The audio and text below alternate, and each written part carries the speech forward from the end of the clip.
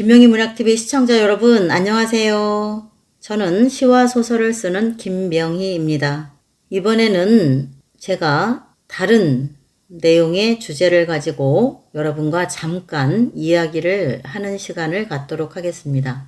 그동안 제가 유튜브를 운영하면서 적지 않은 분들의 댓글에서 시 제목을 영어 스펠링, 알파벳 스펠링 있죠? 영문으로 써도 되나요?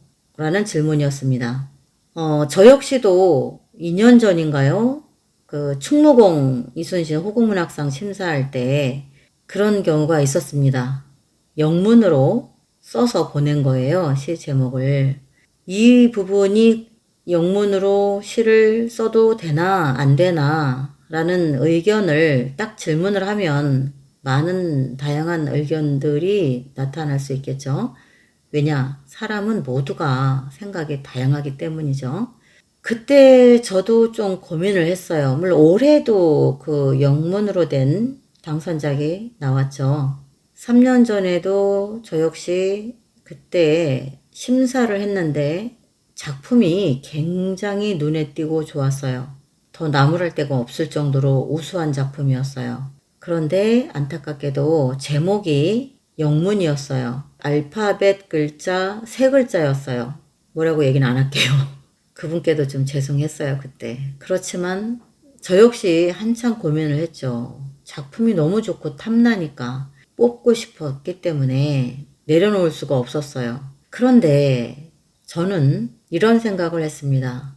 물론 시가 좋아도 우리는 한글을 사용하는 대한민국의 국민이죠. 한글이 우리나라의 국어예요. 그리고 대한민국에서 주최되는 문학공모전이고 신춘문예도 역시 우리나라에서 한국 사람들이 사용하는 한글로 시쓰기 경연대회를 여는 것이죠. 이것은 누가 기다 아니다 어떤 조건부로 말을 하지 않아도 제 개인적인 견해입니다. 여러분 또 이걸로 공격하지 마세요. 좀 피곤해요. 저도 제 생각을 말하는 건데 그냥 그런 생각 하실 수 있겠네요. 그렇게 넘어갑시다. 그렇지만 얘기를 해야 됩니다. 왜냐? 저는 그런 질문을 댓글을 많이 받고 언젠가 찍어야지 했어요. 그거에 대한 답변을.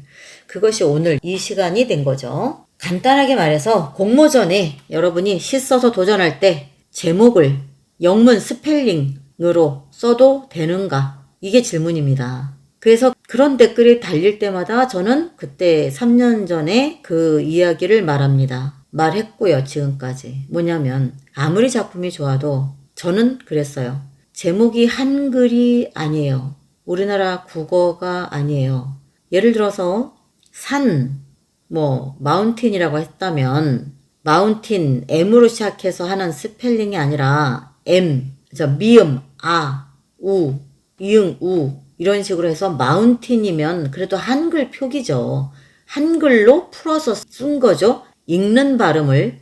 그것까지는 지금까지 많이 통용되고 있어요. 다들 이해를 하고. 왜냐? 읽는 발음이긴 하지만 한글로 나타내니까. 그런 작품들은 적지 않게 당선도 했던 바가 있어요. 한글로 표현한 거니까 영문 발음을 한글로. 자, 그런데 3년 전에 제가 심사를 하다 보니까 알파벳 영문 표기죠. 저는 떨어뜨렸습니다. 제가 생각하는 관점에서는 안타깝지만 그런 하나의 관례를 남기게 되면 차후 많은 도전자들이 혼란을 겪을 것 같았습니다.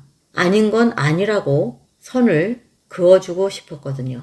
그래서 그때 아마 여기 찾아보면 있을 건데 그때 제가 심사 경위를 발표할 때 그런 얘기를 했습니다. 굉장히 좋은 작품이 있었으나 영어 알파벳으로 제목을 써서 안타깝게도 손에 들지 못했다.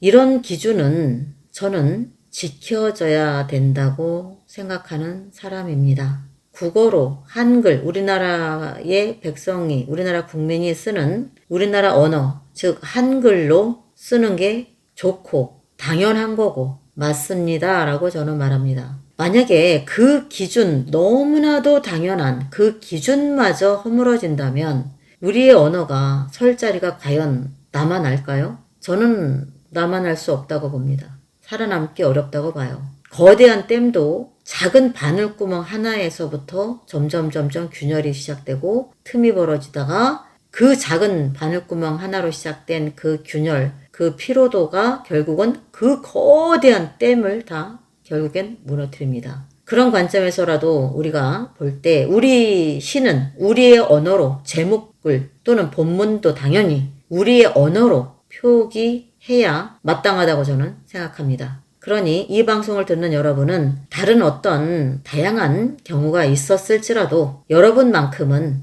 우리나라 국어, 한글을 철저히 이용해서 시를 연마하시고 많은 예술작품을 남기시고 공모전에도 그 기준만큼은 철저히 지키면서 응했으면 좋겠다는 생각을 합니다. 만약에 그 경계선마저 무너진다면 앞으로 어떤 상황이 벌어질 것 같으냐면요. 조금 더 과장한다면 우리나라에서 시 쓰고 공모전을 도전하는데 영어 영문학과 다녀야 되는 필수 코스가 돼버릴 것 같은 느낌이 듭니다. 저는.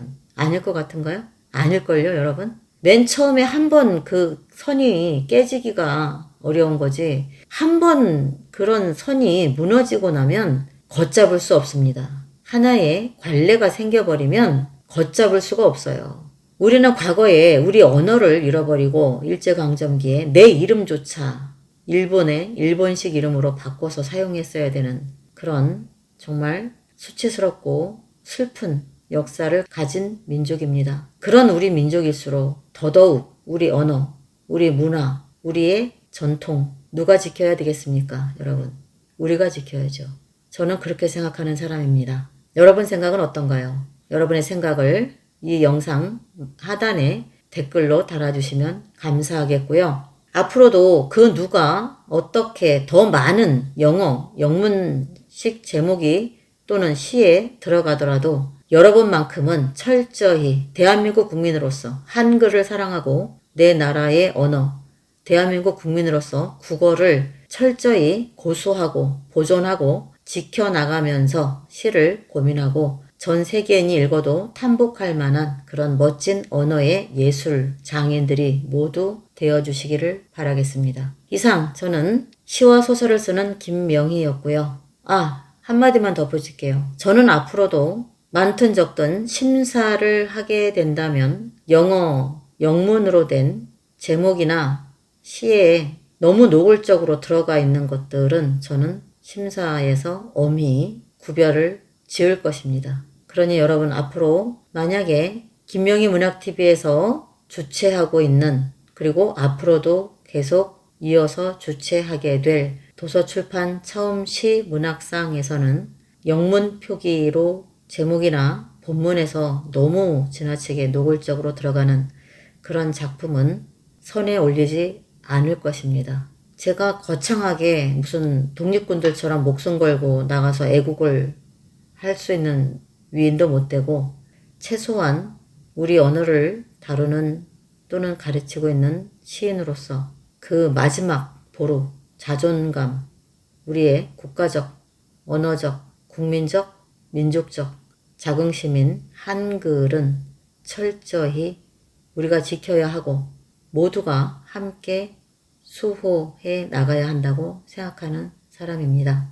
이상 저는 시와 소설을 쓰는 김명희였고요.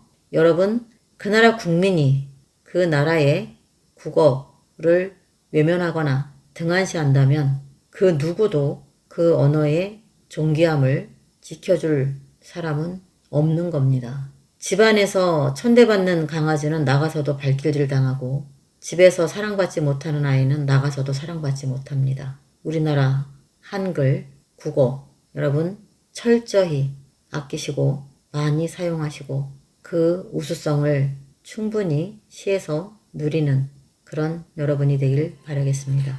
이상입니다.